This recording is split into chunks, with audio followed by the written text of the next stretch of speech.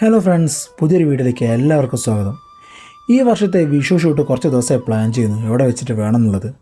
അങ്ങനെ കുറേ ദിവസത്തെ ഡിസ്കഷന് ശേഷം എന്തായാലും ഒരു ടെമ്പിളിൽ വെച്ചിട്ട് ഷൂട്ട് ചെയ്യാൻ തന്നെ പ്ലാൻ ചെയ്തു. ടെമ്പിൾ ഏതാണെന്നുള്ളത് നമ്മളെ ഫോട്ടോ മാഗ്നറ്റിന് അർജുൻ തന്നെയാണ് സജസ്റ്റ് ചെയ്തത്. അപ്പോൾ അർജുൻ ഇതിന് മുന്നേ പറഞ്ഞിരുന്നു അടിപൊളി അമ്പലമുണ്ട്, നമുക്ക് അവിടെ പോയി ഷൂട്ട് ചെയ്യണമെന്ന് ഇതിന് മുന്നേ അർജുൻ പറഞ്ഞതായിരുന്നു. പക്ഷേ പല സാഹചര്യങ്ങളാലും കഴിഞ്ഞില്ല. അവിടെ നിന്നാണ് ഷൂട്ട് ചെയ്യുന്നതെങ്കിൽ കുറച്ച് നേരത്തെ എത്തണമെന്ന് അർജുൻ പ്രത്യേകിച്ച് പറഞ്ഞിട്ടുണ്ട്. കാരണം വേറൊന്നുമല്ല, അമ്പലം കുറച്ചൊരു ഹൈറ്റ് കൂടിയ സ്ഥലത്താണ്. അതുകൊണ്ട് പെട്ടെന്ന് തന്നെ വെയിൽ വരാൻ ചാൻസ് കൂടുതലാണ്. അപ്പോൾ അതിനുള്ളിൽ തന്നെ ഷൂട്ട് തീർക്കണമെന്ന് അർജുൻ പ്രത്യേകിച്ച് പറഞ്ഞിരുന്നു. രാത്രി കാലത്തുള്ള ഗുസ്തിയും കാര്യങ്ങളൊക്കെ കഴിഞ്ഞ് നമ്മളെ പുത്രൻ നല്ല ഉറക്കത്തിലാണ്. ഉസൈൻ ബോൾട്ടിനെ തോന്നുന്നു തലേന്ന് സ്വപ്നം കണ്ടത്. കാരണം ആ ഒരു ആക്ഷനിലാണ് ആൾ കിടന്നുറങ്ങുന്നത്. അപ്പോൾ ആൾ ബുദ്ധിമുട്ടിക്കാൻ നിന്നില്ല. സാധനങ്ങൾ തലേന്ന് തന്നെ കുറേ സാധനങ്ങൾ ഞങ്ങൾ രണ്ടുപേരും എടുത്ത് വെച്ചിരുന്നു, അങ്ങോട്ടുള്ള ഷൂട്ടിന് വേണ്ട കാര്യങ്ങളൊക്കെ. രാജു ഞാനും കുറച്ച് നേരത്തെ എഴുന്നേറ്റിട്ടുണ്ട് കാര്യങ്ങളൊക്കെ ഒന്ന് സെറ്റ് ചെയ്യാൻ വേണ്ടിയിട്ട്. അങ്ങനെ എല്ലാ കാര്യങ്ങളും എടുത്ത് വണ്ടിയിൽ വെച്ചു. ഇനിയിപ്പം കുഞ്ഞാവിനെ ഒന്ന് കുളിപ്പിക്കണം, അവനെ ഡ്രസ്സൊക്കെ ചെയ്യിച്ചിട്ട് ഇറക്കണം. ഇത്ര കാര്യങ്ങൾ മാത്രമേ ബാക്കിയുള്ളൂ. പിന്നെ വല്ലാതെ അങ്ങോട്ട് ലേറ്റ് ആവുന്നില്ല. കാര്യങ്ങളൊക്കെ നേരത്തെ പ്ലാൻ ചെയ്ത് വെച്ചത് കൊണ്ട് കറക്റ്റ് ടൈമിന് ഇറങ്ങാൻ പറ്റി. അപ്പം കൊണ്ടുപോകാനുള്ള എല്ലാ സാധനങ്ങളും വണ്ടിയിലെടുത്ത് വെച്ചു. കുഞ്ഞാവിനൊന്ന് ഫ്രഷപ്പ് ആക്കി പിന്നെ ഞങ്ങൾ പതുക്കെ വീട്ടിൽ നിന്ന് ഇറങ്ങി. 2 മണിക്കൂറിന് മേലെ ഉണ്ട് അങ്ങോട്ടുള്ള യാത്ര. സാധാരണ എങ്ങോട്ടെങ്കിലും യാത്ര പോകുകയെന്ന് പറഞ്ഞാൽ ഹനുമാൻ നല്ല ആക്റ്റീവായിരിക്കും. പക്ഷേ ഇന്നെന്താണെന്നറിയില്ല, എന്ന് വണ്ടി കിടന്ന് ഉറങ്ങിയായിരുന്നു. എങ്ങോട്ടാണേലും പുലർച്ചെ പോകുക എന്ന് പറഞ്ഞാൽ അതൊരു അടിപൊളി അനുഭവമാണ്. ഇപ്പോൾ ഹെവൻ മോനെ പല രീതിയിലും കുലുക്കി വിളിച്ചു നോക്കി, ഒരു രീതിയിലുള്ള റെസ്പോൺസുള്ള ആൾ നല്ല ഉറക്ക് തന്നെയാണ്. അപ്പോൾ ഞങ്ങൾ രണ്ടുപേരും ഓരോ കഥയും കാര്യങ്ങളൊക്കെ പറഞ്ഞ് അങ്ങനെ പോയിക്കൊണ്ടിരിക്കുകയാണ്. കാരണം അങ്ങോട്ടേക്ക് കുറച്ച് ദൂരമുണ്ട്. ഞാൻ നേരത്തെ വീഡിയോയിൽ പറഞ്ഞിരുന്നു 2 മണിക്കൂറിന് മേലെ യാത്രയുണ്ട്. 50 കിലോമീറ്റർ ഉണ്ട് ഞങ്ങളെ വീട്ടിൽ നിന്ന് ആ അമ്പലത്തിലോട്ട്. ഈ അമ്പലത്തിൻ്റെ പേര് തൃക്കളയൂർ ശ്രീ മഹാദേവ ക്ഷേത്രം എന്നാണ്. അത് സ്ഥിതി ചെയ്യുന്നത് നമ്മുടെ കോഴിക്കോടിൻ്റെയും അതുപോലെ തന്നെ മലപ്പുറത്തിൻ്റെ ഒരു ബോർഡറായിട്ടുള്ള തൃക്കളയൂർ എന്ന് പറഞ്ഞ സ്ഥലത്താണ്. ഒരു മലമുകളിലാണ് അമ്പലം ലൊക്കേറ്റ് ചെയ്തിരിക്കുന്നത്. അപ്പം അങ്ങോട്ടുള്ള റോഡ് കാര്യങ്ങളൊക്കെ അടിപൊളിയാണ്. ഞങ്ങൾക്ക് ഏകദേശം 50 കിലോമീറ്ററിന് മേലുണ്ട് അങ്ങോട്ടുള്ള യാത്ര. അപ്പം ഞങ്ങളെ വീട് നടുവണ്ണൂർ എന്ന് പറഞ്ഞ സ്ഥലത്താണ്. അപ്പോൾ അവിടെ നിന്ന് ഉള്ളിയേരി, ബാലുശ്ശേരി, താമരശ്ശേരി, മുക്കം ഈ റൂട്ടിനാണ് ഞങ്ങൾ പോയിക്കൊണ്ടിരിക്കുന്നത്. അപ്പം അർജുൻ വേറെ വഴിക്ക് അവിടെ എത്തിക്കൊള്ളാമെന്ന് പറഞ്ഞിട്ടുണ്ട്. അപ്പോൾ അതുകൊണ്ട് ഞങ്ങൾ അർജുനെ വെയിറ്റ് ചെയ്യേണ്ടി വന്നില്ല. ഞങ്ങൾ ഡയറക്റ്റ് അമ്പലത്തിലോട്ട് പോവുക ചെയ്തത്.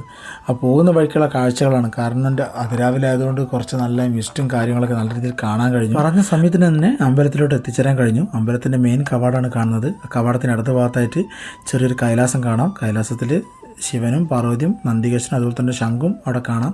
4 ശില്പികളാണ് അത് ഉണ്ടാക്കിയതാണ് അവിടെ അന്വേഷിച്ച് പറയാൻ കഴിഞ്ഞു. ഇതാണ് അർജുൻ. ഞങ്ങൾക്ക് മുന്നേ അവിടെ എത്തിയിട്ടുണ്ടായിരുന്നു. അർജുൻ ഇതിന് മുന്നേ വന്നിട്ട് ഇവിടുന്ന് ഷൂട്ട് ചെയ്തതാണ്. പക്ഷേ ഞാനും രാജ്യം ആദ്യമായിട്ടാണ് ഇവിടെ വരുന്നത്. അവിടെ വന്നു കഴിഞ്ഞാൽ അറിയാം ആ അമ്പലത്തിൻ്റെ ഒരു പീസ്ഫുൾ ആയിട്ടുള്ളൊരു അറ്റ്മോസ്ഫിയർ അത്ര അടിപൊളിയാണ്. ഒന്നാമത് കുറച്ച് ഹൈറ്റിലാണ്. അപ്പോൾ അതിൻ്റേതായിട്ടുള്ള ഒരു ക്ലൈമറ്റ് കാര്യങ്ങളൊക്കെ നമുക്കത് കറക്റ്റ് ഫീൽ ചെയ്യാൻ പറ്റും.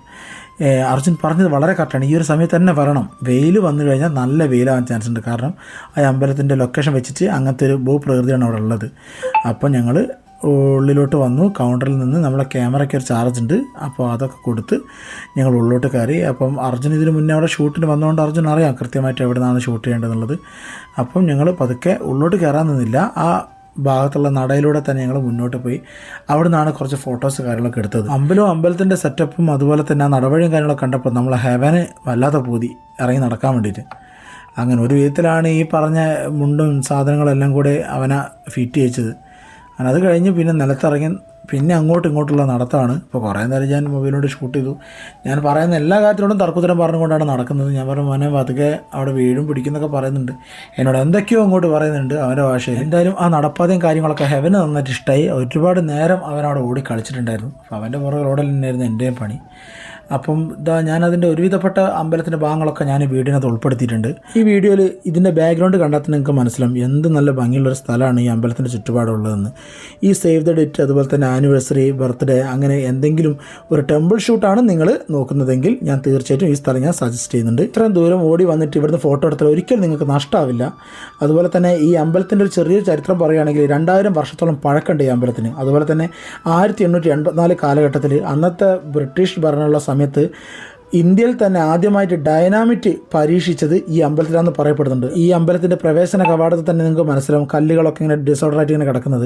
അത് വേറെ മെയിൻ്റനൻസോ കാര്യങ്ങളൊന്നും അതിൻ്റെ മുകളിൽ ചെയ്തിട്ടില്ല. അന്നത്തെ സമയത്ത് ഈ കലാപാരികൾ ഈ അമ്പലത്തിൽ കയറി ഒളിച്ച സമയത്ത് അവരെ തുരത്താൻ വേണ്ടിയിട്ട് ബ്രിട്ടീഷ് സേന ഡൈനാമിറ്റ് ഉപയോഗിച്ചതിൻ്റെ ആ സമയത്ത് നടന്നതിൻ്റെ തെളിവായിട്ടാണ് അതവിടെ അങ്ങനെ തന്നെ കിടക്കുന്നത്. അങ്ങനെ ഞങ്ങൾ ഗ്രൂപ്പായിട്ടുള്ളതും അതുപോലെ തന്നെ സിംഗിളായിട്ടുള്ളതും ഒക്കെ ആയിട്ടുള്ള ഫോട്ടോസ് ഒരുപാട് അർജുൻ എടുത്തിട്ടുണ്ട്.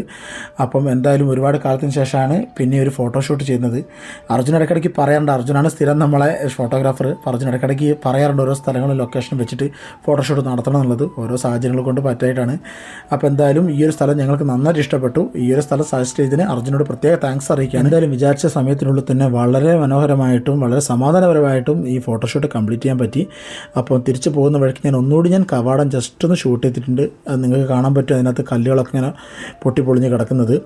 എന്തായാലും ഈ ഒരു അമ്പലം നിങ്ങളെ ഞാൻ സജസ്റ്റ് ചെയ്യുകയാണ്. ഇങ്ങനെ നല്ലൊരു ടെമ്പിൾ ഷൂട്ട് പ്ലാൻ ചെയ്തിട്ടുണ്ടെങ്കിൽ ഈ അമ്പലത്തോട് നിങ്ങൾക്ക് വരാം. അതുപോലെ തന്നെ ഈ ഫോട്ടോഷൂട്ട് വളരെ ഭംഗിയായി ചെയ്തു തന്നതിന് നമ്മളെ ഫോട്ടോ മാഗ്നറ്റിൻ്റെ അർജുനോട് ഞാൻ ഒരിക്കൽ കൂടെ താങ്ക്സ് പറയുകയാണ്. അർജുൻ്റെ ഫോട്ടോ മാഗ്നറ്റിൻ്റെ ഇൻസ്റ്റാഗ്രാം പേജ് ഞാൻ ഈ വീടിനകത്ത് ഉൾപ്പെടുത്തുന്നുണ്ട്. ഫോട്ടോ മാഗ്നറ്റിൻ്റെ ഇൻസ്റ്റാഗ്രാം പേജ് ഫോളോ ചെയ്യാത്തതിലൊന്ന് ഫോളോ ചെയ്ത് സപ്പോർട്ട് ചെയ്യുക. അപ്പോൾ എന്തായാലും ഈ ഫോട്ടോഷൂട്ട് നല്ല അടിപൊളി എക്സ്പീരിയൻസ് ആയിരുന്നു. തിരക്കും കാര്യങ്ങളൊക്കെ ഒഴിഞ്ഞിട്ട് ഒരിക്കൽ കൂടെ അമ്പലത്തിലോട്ട് കൊണ്ടുവരണമെന്ന് രാജു എന്നോട് പറഞ്ഞിട്ടുണ്ട്. തീർച്ചയായിട്ടും കൊണ്ടുവരാം. എടുത്ത കുറച്ച് ഫോട്ടോസ് ഞാൻ ഈ വീഡിയോൻ്റെ കൂടെ തന്നെ ഞാൻ അവസാന ഭാഗത്തേക്ക് ആഡ് ചെയ്തിട്ടുണ്ട്. അപ്പോൾ ഇന്നത്തെ ഈ വീഡിയോ ഇത്രയേ ഉള്ളൂ. അപ്പം എല്ലാവർക്കും സന്തോഷവും ഐശ്വര്യപൂർണ്ണവുമായിട്ടുള്ള നല്ലൊരു വിഷു ആശംസിക്കുകയാണ്. എല്ലാവർക്കും ഇന്നത്തെ വീഡിയോ ഇഷ്ടപ്പെട്ടെന്ന് വിശ്വസിക്കുന്നു. അപ്പം വീഡിയോ ഇഷ്ടപ്പെട്ടാൽ ലൈക്ക് ചെയ്യുക, ഷെയർ ചെയ്യുക, കമൻറ്റ് ചെയ്യുക. അതുപോലെ തന്നെ സബ്സ്ക്രൈബ് ചെയ്യാത്തവർ സബ്സ്ക്രൈബ് ചെയ്ത് സപ്പോർട്ട് ചെയ്യുക. അതുപോലെ തന്നെ ഈ ഷൂട്ടിൻ്റെ മുഴുവൻ ഫോട്ടോസും ക്വിൻ ഫാമിലിയുടെ ഇൻസ്റ്റാഗ്രാം പേജിൽ അപ്ലോഡ് ചെയ്യുന്നുണ്ട്. അപ്പോൾ ഇൻസ്റ്റാഗ്രാം ഫോളോ ചെയ്യാത്തവർ ദയവ് ചെയ്തൊന്ന് ഫോളോ ചെയ്യുക, സപ്പോർട്ട് ചെയ്യുക. അപ്പോൾ ഇനി പുതിയൊരു വീഡിയോ കാണുന്നവരെ എല്ലാവർക്കും ബൈ.